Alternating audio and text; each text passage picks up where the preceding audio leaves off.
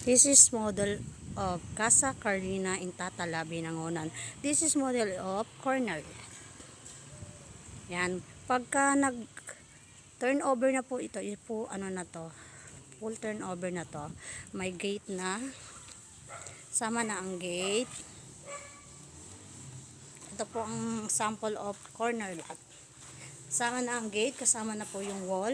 Pag turnover sa inyo, ayan, parking lot or extension. Kung gusto nyo magkaroon ng dirty kitchen, may another lot pa yata sa likod. Ayan, papunta sa kusina. Pasukin natin yung loob. Complete turnover na to ha. Naka-tiles na po siya. Ayan, naka-tiles na siya. Ito yung dirty kitchen palabas.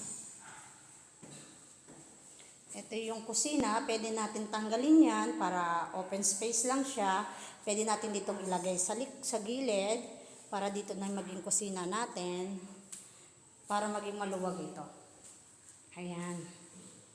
And then ito yung second floor. Pag tinurn over sa inyo, naka-tiles na to. Naka-tiles na siya.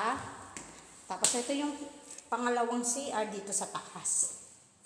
Ayan. This is the first room. Naka-tiles na rin dito sa taas. Ito yung first room. Yan ang first room. This is the second room. This is the second room.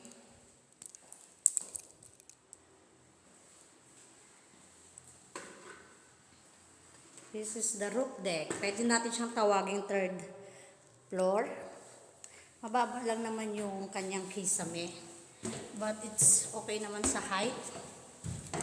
Anong height mo? 5'5". Oo, diba? 5'5". Hindi naman min mauuntog yung ulo nyo. Ayan, dito wala siyang partition.